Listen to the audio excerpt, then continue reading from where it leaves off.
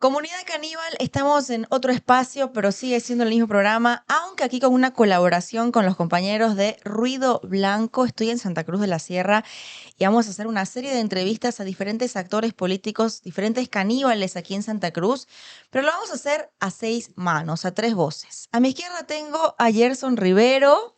Hola.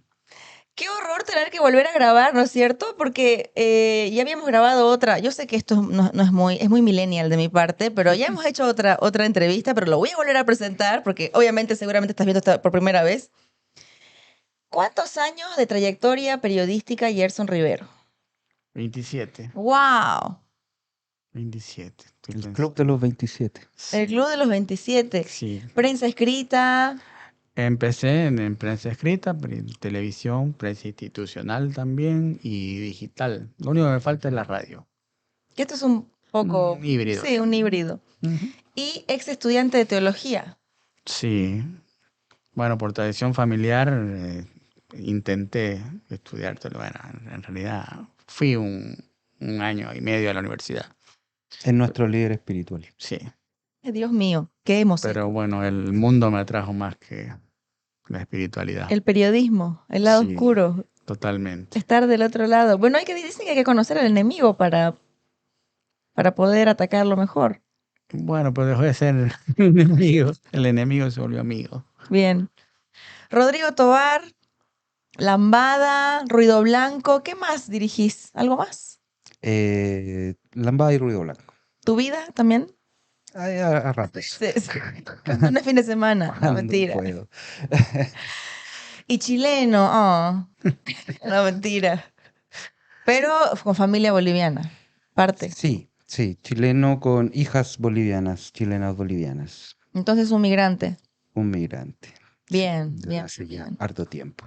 Y Harto tiempo. con ganas de generar espacios de conversación. Eso es lo que nos trae. Justamente espacios de conversación y yo, Raquel Orozco, conductora de Entre Caníbales.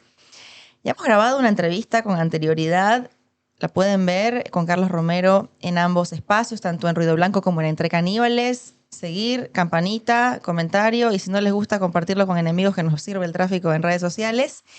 Y hoy tenemos a un candidato a senador que en las últimas semanas ha tenido algunos altercados con algunas personalidades cruceñas, algunas fotos ahí filtradas. Yo creo que a propósito, ¿no? Lo malo es que no nos dieron crédito porque algunas de esas intervenciones son aquí en en Ruido Blanco. Ruido Blanco. Y no recibieron la cita No. correspondiente. No. Pero Así que bueno, bueno, ya aquí- llegará el reconocimiento. Así es. Llegará. Candidato a tercer senador por Santa Cruz, aunque si uno le pregunta a sus enemigos, dicen que segundo, a Ujú. segundo senador. Pero él insiste en la tercera candidatura, ¿no? A tercer senador, jovencísimo, Joven promesa. joven promesa, Un tawichi de la política. un tawichi de la política y aparte Tawichero. todo les molesta de él, ¿no? Hasta la ropa que se pone. Sí. Justo hoy se vino vestido de forma un poco Hoy se vino provocadora. autonomista. Le llegó como 8 años después, digamos, ¿no? Comité Cívico Pro Santa Cruz. Sí, más o menos. Aldo Peña, Centennial ya en millennial, ¿no? Centennial, correcto. Daniel Flores, bienvenido a Entre Caníbales con Ruido Blanco. ¿Cómo estás, Raquel? Un saludo especial a toda la audiencia de Entre Caníbales y Ruido Blanco. Un saludo especial para Rodrigo y para Gerson. Gracias por el espacio. Daniel, me decías candidato a tercer senador.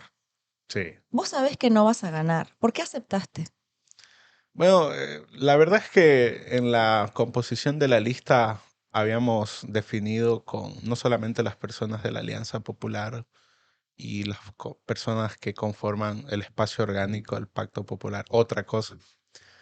Pero al final la lista que salió en el Tribunal Supremo Electoral era radicalmente diferente, no solamente en Santa Cruz, Cochabamba y La Paz, de lo que se había acordado inicialmente con varias personas, varios candidatos.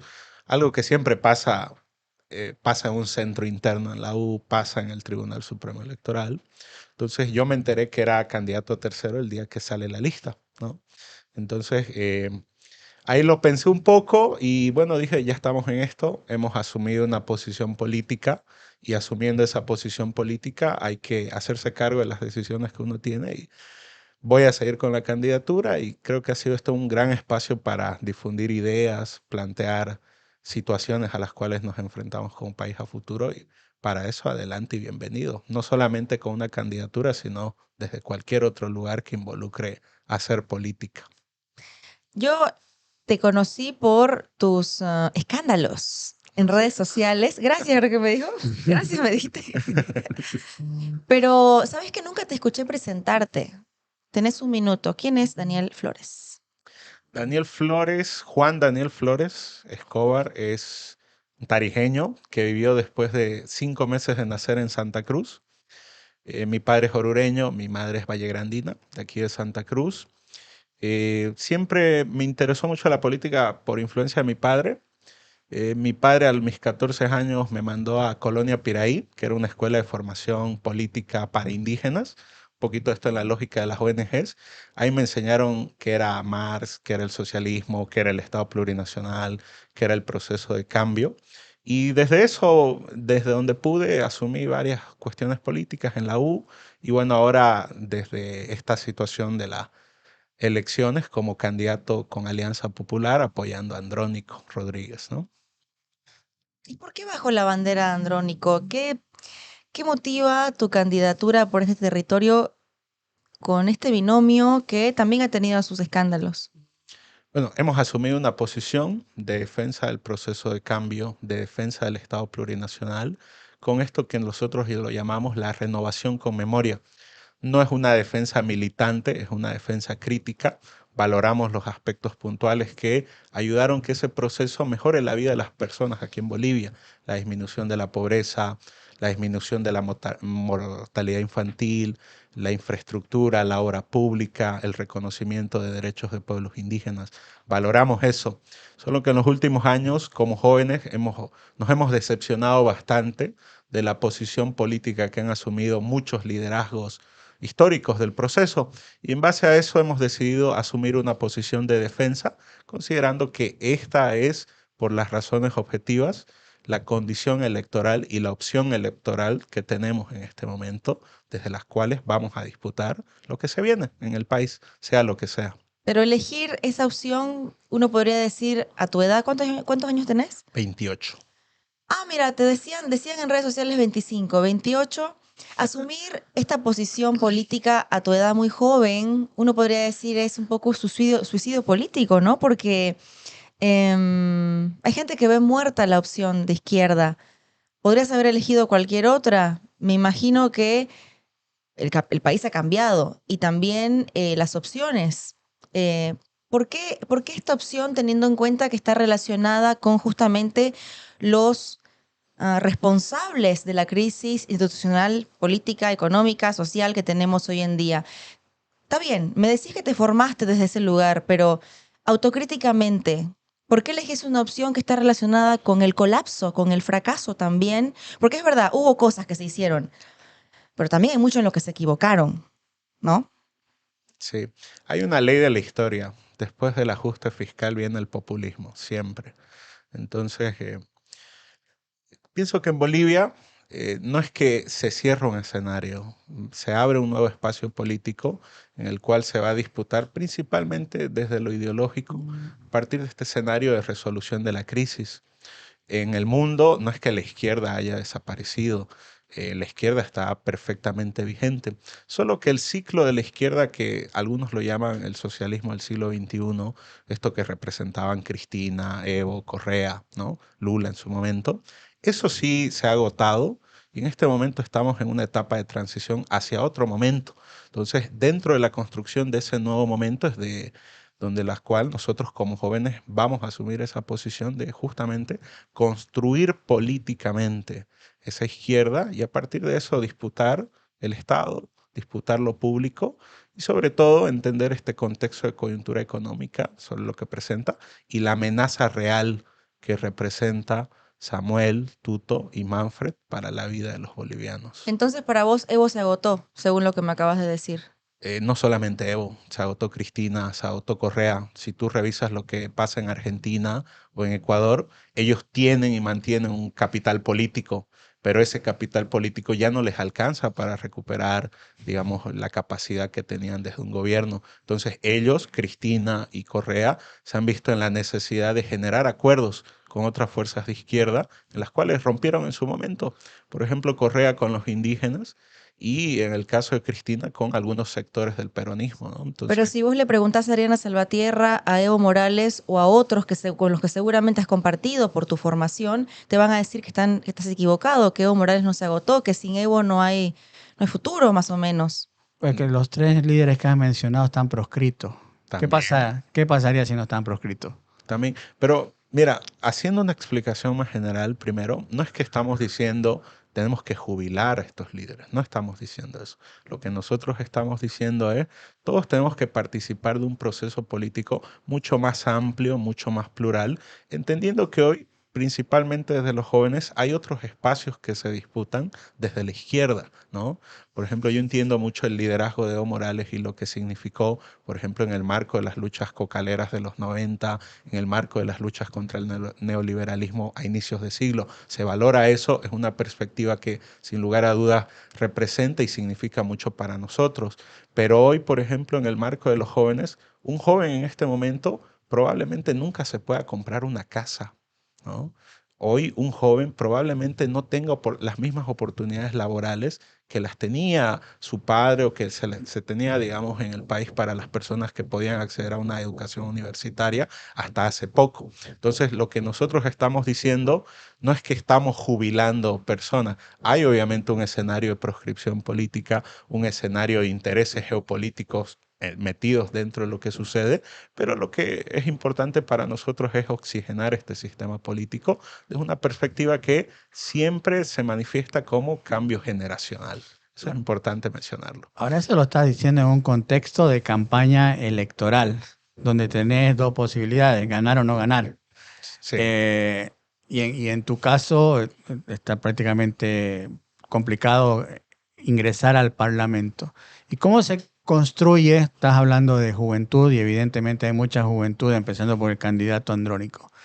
¿Qué perspectivas hay de que esto no sea una juntucha electoral y realmente sea un proyecto? Bueno, eso es lo que estamos definiendo en este momento. Mira, la anterior semana estuve en La Paz un par de días para ultimar unos detalles del control electoral aquí en Santa Cruz y aproveché eso para hablar con dirigentes, con personas muy referentes en el ámbito de la lucha de los movimientos sociales desde el espacio universitario en La Paz. Hace poco estuve con dirigentes en Cochabamba y la idea central es, con independencia de cualquier resultado electoral, aquí tenemos que consolidar un instrumento político que vaya a sumar y se presente en un formato de resistencia en el marco de, digamos, las instituciones democráticas a lo que se viene al futuro. Entonces, lejos de ser este un escenario que se termine el 17 de agosto o se termine el mes de octubre, más bien ahí recién inicia, sobre la base de lo que se pueda conseguir en el marco de la representación en la Asamblea, sobre la base de la emergencia de los nuevos liderazgos, de que si entren o no entren a la Asamblea, igual van a seguir teniendo la participación política. Porque la fuerza del MAS estaba sostenida en los movimientos sociales y el fenómeno del caudillismo de Evo Morales o de otros líderes también se replica en los movimientos sociales, ¿no? Y son organismos que se han deteriorado, ¿no? Y que es parte de la decadencia del proceso de cambio. Y ahí hay un desafío también, Sí. ¿no? No solo en si ingresás al Parlamento o en las Sí. subnacionales conseguís entrar en los legislativos, ¿no? Sí. Ahora, ¿qué los unifica? ¿Andrónico? ¿Una idea? ¿Una lucha? ¿Qué? En este momento lo que nos identifica es una lucha. Hemos definido asumir una posición de lucha desde la coyuntura electoral para participar en este momento de las elecciones, entendiendo lo terriblemente deslegitimadas que están para una parte de la población. Esta es la opción electoral que se ha construido por las condiciones objetivas del país. Probablemente hayamos tenido otros escenarios, pero esta es la opción que en este momento tenemos. Es la única opción que tenemos para hacer frente al ajuste fiscal que está planteando la derecha en el marco de esa política regresiva al neoliberalismo, es la única opción que tenemos para mantener los avances sociales del Estado plurinacional en relación a lo que te plantea también la derecha, que busca la destrucción del Estado plurinacional. Y es la única opción, desde mi perspectiva, que nos plantea una renovación mirando hacia el futuro, ¿no? No desentendiéndose de lo que haya sucedido en el proceso político o en el proceso de cambio, sino más bien tratando de reivindicar lo positivo, lo que ayudó efectivamente a la gente. En base a eso, plantear un nuevo escenario en donde emerjan nuevos liderazgos, tengamos una política más oxigenada, ¿no? Y desde los jóvenes, que me imagino no fuiste el único que parió esta escuela que nos venís contando, espero que deben tener más autocrítica que los preceden. ¿En qué momento se jodió el MAS para vos, Daniel? Fueron varias cosas. A ver, tres Pero dame. te pondría el antecedente directo que a mí me tocó vivirlo. Yo te diría, cuando tenía 7, 8 años, mi casa todo era banderas del MAS, había muchísima campaña, muchísimo, bueno, esto en el marco electoral de lo que significó el MAS en el 2003 hasta el 2006. Entonces, yo vi ahí cómo ese grupo de personas, por cuenta de mi padre, que apoyaron en el primer gobierno del MAS, se desmarcaron primero después de Chaparina y después de lo que sucedió del TIPNIS, rompieron completamente, ¿no? Era un poco, bueno, aquí estábamos esperando un proceso político que tenía estos valores mínimos, no se los ha respetado estos valores mínimos, y ahora estamos en otro proceso político, ¿no? Esa era la lectura un poco en ese momento. De ahí después vino el 21F, que yo insisto, eso fue un error y creo que incluso el propio Evo lo ha reconocido, no abiertamente, pero él en una conversación de tú a tú te dice eso ha sido un error, ¿no? Seguramente Carlos Romero, que estuvo bueno, en el anterior episodio, también coincide con lo mismo. Entonces, han habido una serie de decisiones que priorizaron el control de la gestión estatal por encima de la construcción orgánica política, ¿no? Y eso creo, en ese momento fue en el que se jodió el MAS. El momento en donde el MAS solamente se vio como un partido de Estado y no como el instrumento de las organizaciones sociales del pueblo boliviano. ¿Y ya murió el MAS para vos? Bueno, en las encuestas tiene 2%, ¿no? Bueno, pero 1%. una cosa es la Pero tu sigla. corazoncito. El instrumento político, ¿no? Bueno, el instrumento político no. La sigla sí, porque hoy la sigla Pero está el instrumento titulada. político está con el levismo. Mira, yo he vuelto muy motivado después de La Paz y de Cochabamba, porque uno pensaría y diría, hay muchas organizaciones y dirigentes que van a seguir a Evo hasta donde les diga Evo, y te cuento que ya no es así, ¿no? He vuelto muy motivado porque en esa conversación, en esa reflexión con muchísimos dirigentes en el Alto, en La Paz, en Cochabamba, la figura hoy está muy clara para, digamos, esos compañeros, en el sentido de que tenemos una opción electoral y al lado tenemos lobos neoliberales. No vamos a dejar que estos lobos neoliberales destruyan lo que se ha construido en los últimos 20 años. Entonces, esto de solamente Evo puede manejar las organizaciones sociales, yo lo matizaría un poco. Pues sí es cierto, hay, digamos, cierta construcción orgánica ahí, que la respetamos, la valoramos, la acompañamos, pero esto de sin Evo no se puede avanzar, lo que he visto ya no es así, ¿no? Y creo que la mejor prueba ha sido todo esto lo que ha sucedido en este momento. Algunos compañeros dentro de esa línea decían, no se pudo cambiar un gobierno con 1% de aprobación. Algo estabas haciendo mal, ¿no? Eso en modo autocrítica. Entonces, valoramos el proceso orgánico del compañero Evo, pero lo que se ve hoy en este momento es que también hay otros temores que tiene no solamente la dirigencia, sino los compañeros en la base. Y el MAS, además de la crisis de liderazgos por la que está atravesando, eh, tanto el manejo de los antiguos liderazgos y la incapacidad de desarrollar nuevos, la crisis de valores también desde la propuesta inicial, ¿no? Lo que mencionaba recién con el TIPNIS, con Chaparina, el cómo también se fueron vaciando de esos valores, enfrenta una crisis en su modelo económico. ¿Te parece que es así? Y si es así, ¿qué te parece o qué crees que hay que cambiar? Bien, en este momento no solamente hay una crisis política e institucional, sino también una crisis de paradigma de qué es lo que buscamos para el país. Hasta hace poco, yo te diría, todos dentro del instrumento político decían, la salida va por fortalecer el Estado, fortalecer la inversión pública, fortalecer esto de la industrialización. Hoy para muchas personas eso no está claro. Entonces, ¿cómo tú puedes resolver esa crisis en qué es lo que esperas y qué es lo que buscas construir desde el Estado? Desde mi perspectiva hay varias formas, pero mira, hoy solamente revisando la historia y revisando un poco de la ciencia, mira, en ninguna parte del mundo un ajuste fiscal como te lo promete Tuto, como te lo promete Samuel y Manfred, funciona. Eso no funciona.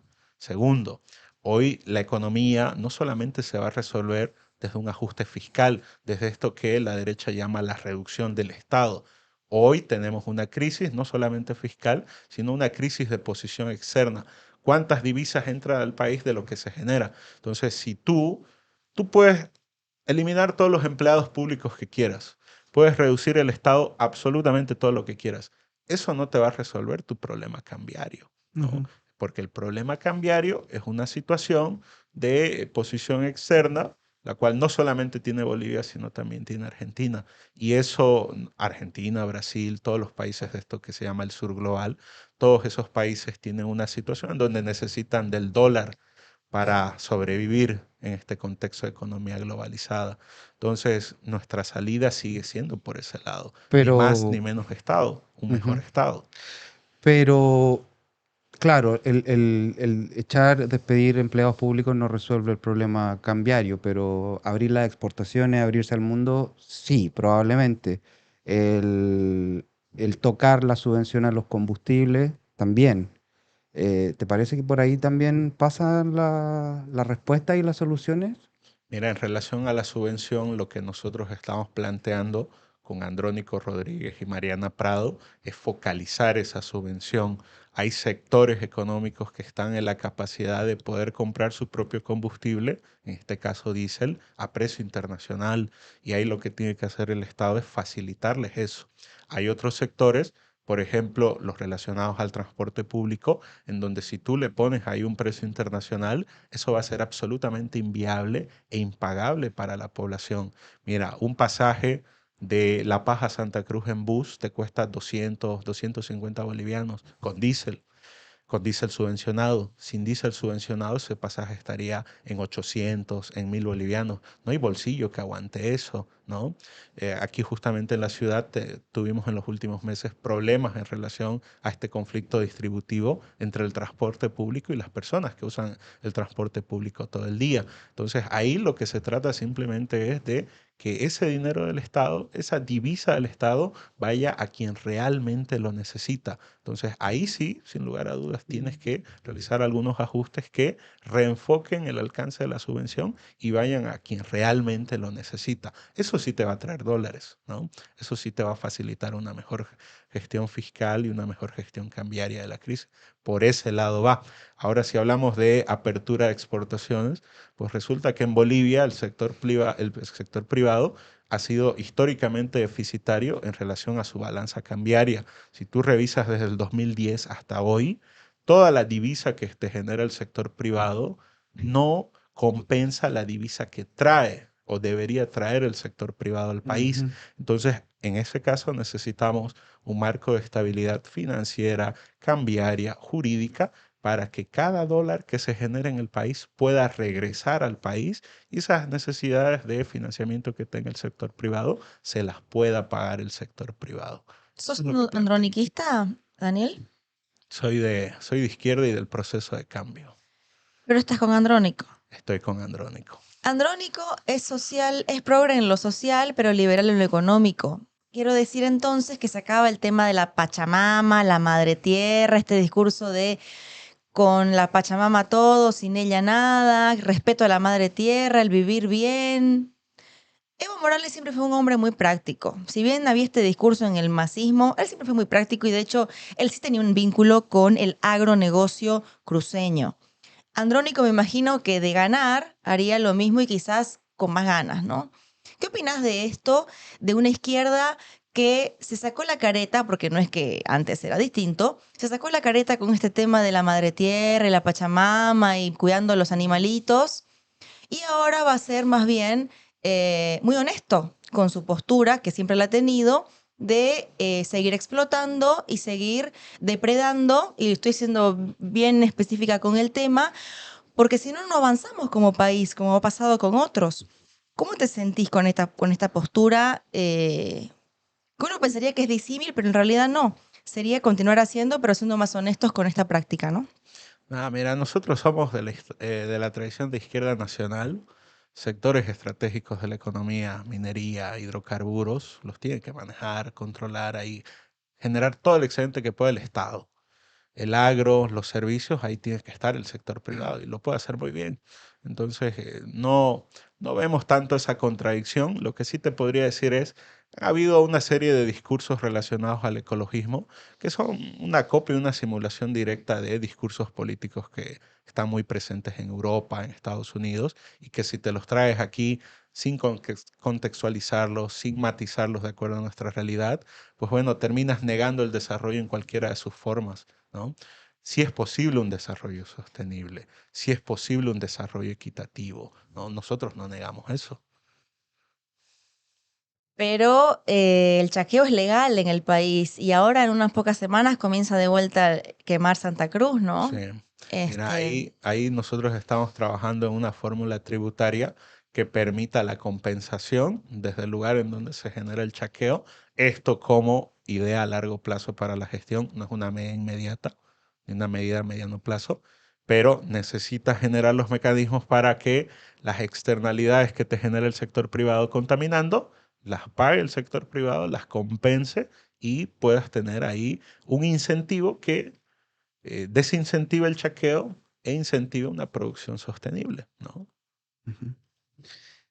Em, dentro de los liderazgos jóvenes de esta izquierda, ¿cómo te parece que va a proyectar la juventud, por así decirlo, esta renovación ideológica? ¿Te parece que es necesario renovarlo ideológicamente, crear un nuevo paradigma, o basta con recoger los pedazos que han quedado y tratar de articular poder desde ahí?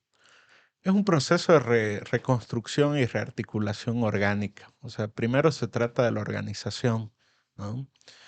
Hay muchos compañeros que forman parte de la lista de Alianza Popular, compañeros y compañeras que vienen de diversas luchas, ¿no?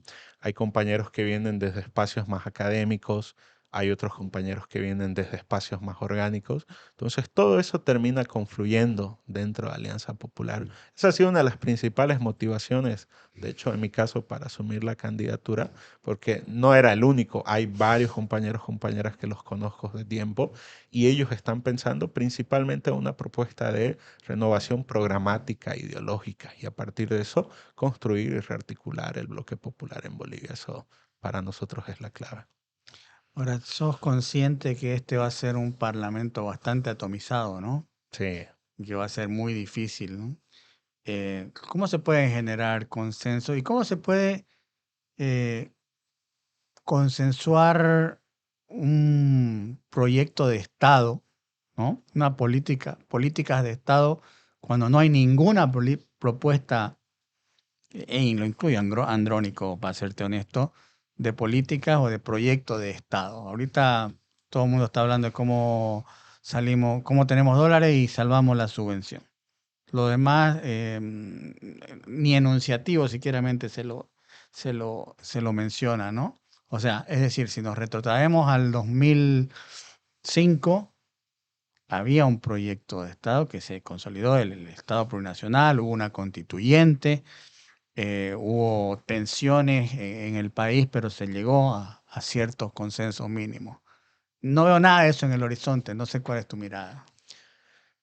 Siempre hay dos momentos en la historia de un país. Hay un momento revolucionario, que es un momento constitutivo, y hay un momento reformista, que Mm.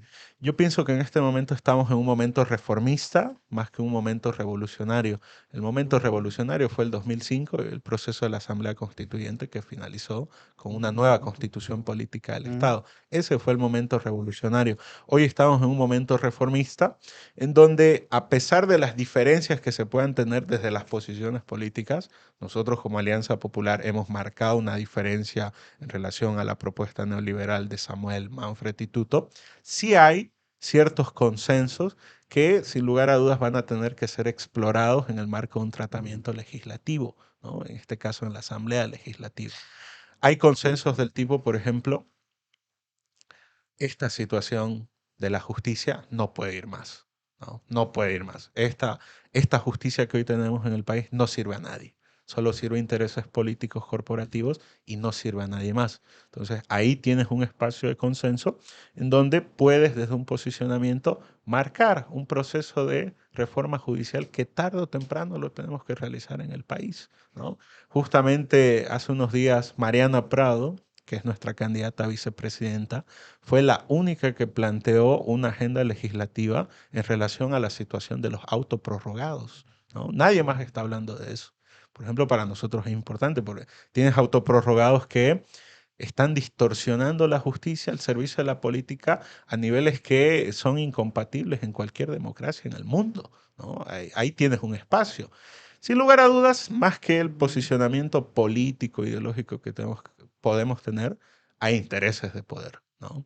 Y esos intereses de poder existen. Es que si el instrumento judicial te sirve para los fines del poder, Sí, veo muy difícil que quien asuma el poder lo cambie, claro, pero porque es eso, muy útil. claro, pero mantener eso es insostenible y eso tarde o temprano te va a llevar a una situación de hartazgo y descomposición social. Hoy la justicia es la institución más cuestionada por todo el pueblo boliviano. Es la que sostuvo este gobierno. ¿Sí? Claro que es la que sostuvo este gobierno. Pero mira, tú puedes mantener este proceso, es como los neoliberales a inicios del siglo. Ellos usaron el mismo dispositivo, pero usaban más policía boliviana y ejército nacional. Hubo un momento en donde eso mostró su agotamiento y en donde indefectiblemente terminó con ese propio régimen. Nosotros confiamos de que esto lo vamos a reencauzar por canales institucionales y sobre eso nuestra posición es clara. Podemos llegar a consensos, podemos llegar a acuerdos sobre la base de nuestra posición política e ideológica. Y en el próximo Parlamento no solamente va a estar más atomizado, por primera vez seguramente un MAS que llegó a tener el 70% del legislativo va a quizás tener con suerte el 30%, van a tener que asumir una vocación de minoría. Y en ese contexto, ¿quién te parece más allanado de los otros candidatos y de las otras fuerzas políticas a una conversación franca en estos términos? No te podría decirlo porque no sabemos la composición exacta y la posición que van a asumir las fuerzas políticas en la próxima asamblea. Obviamente lo deseable sería de que exista una situación de consenso legislativo, pero probablemente eso no vaya a pasar, ¿no? ¿Te parece que va a ser un parlamento de pirquinear votos, como se le dice en Chile, de ir a recoger votos uno por uno en Sí. o van a votar en bloques? Mira, viendo la composición hoy de Samuel, de Alianza Unidad, de Tuto con la Alianza Libre, uno pensaría en la aritmética política, no, que esos van a ser gobiernos, se van a tener que entender, están obligados a entenderse si llegaran a ganar las elecciones y sobre eso van a construir una agenda legislativa. Uno pensaría eso. Pero después conversas un poco con los candidatos y ves que ellos están en otra posición política. Entonces, ahí yo no daría nada por hecho. De hecho, creo que va a ser un congreso, una asamblea muy atomizada. Y incluso algunos lo plantean como escenario, ¿no? Irá a haber una sucesión constitucional, no lo sabemos. Cómo la población va a recibir las medidas económicas del próximo gobierno, no lo sabemos. Esperemos que la asamblea sea el lugar para canalizar eso, pero lo más probable es que los intereses se impongan como siempre ha sido. Si llegaras por obra y gracia de la Pachamama a ocupar este lugar que hoy disputás por el voto de la gente, ¿cuál sería tu agenda? 3 temas prioritarios para el próximo senador. En lo inmediato, tenemos que revisar la ley financiera. en lo inmediato. Eso es lo primero que tiene que hacer la próxima Asamblea Legislativa. ¿Por qué? Porque esa va a ser la base de la gestión económica 2026, ¿no? Entonces, muchos candidatos han puesto como límite, algunos 100 días, otros un préstamo, otros un año. Entonces, todo se va a concentrar, todo lo que pasa el 2026 va a depender de la ley financiera. Entonces, esa va a ser el primer gran tratamiento legislativo. Las últimas dos leyes financieras, los presupuestos generales del Estado, fueron aprobados vía decreto, ¿no? Entonces, existe esa posibilidad y sin lugar a dudas ahí la Asamblea tiene que recobrar su capacidad de poder discutir este tema. Para mí el segundo tema es autoprorrogados.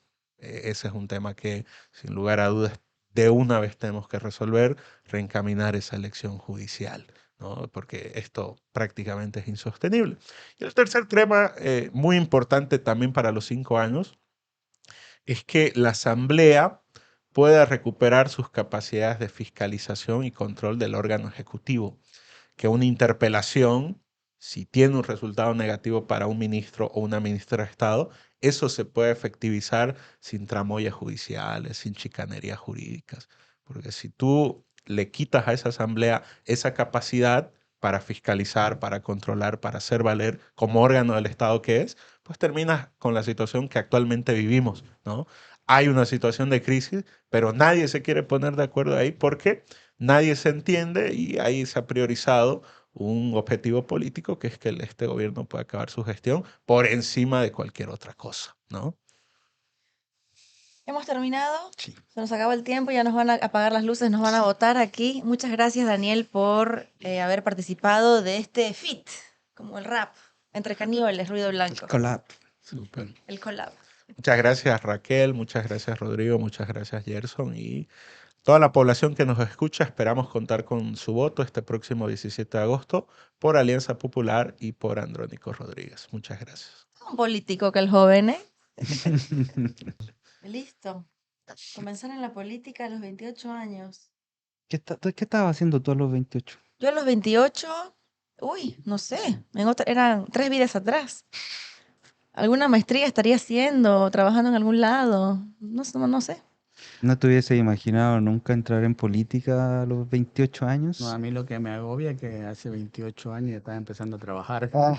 Hace 28 años, no a los Y 28 yo años. estaba empezando a trabajar como corrector, me acuerdo, en El Mundo. Todavía no era periodista, pero ya estaba trabajando en un medio. Y a los 28 años ya era periodista. Ya era periodista. Yo voy a valorar siempre la valentía que puede tener alguien de involucrarse activamente en la política, más allá del activismo, más allá de solamente opinar o informarse, estar dispuesto a concursar por los espacios de poder de manera democrática, me parece valioso, respetable. Y si eso se hace siendo joven y encima siendo joven en esta época, siendo parte de esta generación joven, creo que tiene un plus, ¿no? Aparte es raro. Es que ser funcionario público es una gran responsabilidad y debería ser todo un mérito, ¿no? Es decir, hoy pareciera que si sos candidato ya sos como presa fácil o presa automática de memes, mentiras, fake news, desinformación. Tu vida privada pasa ya como al ojo público. Yo, si alguien me pregunta a los 28 años, soy candidato, o me voy a postular, les diría sí, pero ten en cuenta que el costo personal es enorme, ¿no? Ujú. Y no debería hacerlo, me parece. Es una cuestión de vocación de repente, ¿no? Y de hecho, ahorita me pongo a pensar que debí decirlo en la entrevista.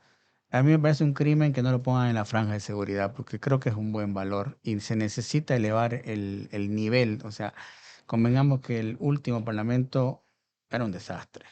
O sea, los niveles de los honorables, el nivel intelectual, el nivel expositivo, era realmente daba vergüenza ajena, ¿no? Espero que este nuevo parlamento, independientemente de los logros que tengan, se eleve un poco el nivel, ¿no? De la discusión, por lo menos, ¿no?